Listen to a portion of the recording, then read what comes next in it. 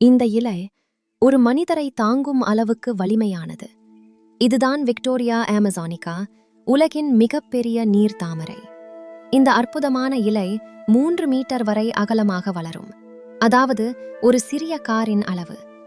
அதன் விளிம்புகள் மேல் நோக்கி வளைந்து ஒரு பெரிய தட்டு போல் தெரியும். நம்ப முடியுமா? ஒரு முழுமையாக வளர்ந்த இலை 45 கிலோ எடையை தாங்கும். ஒரு நபர் அதன் மேல் நிற்கலாம், ஆனால் அது மூழ்காது.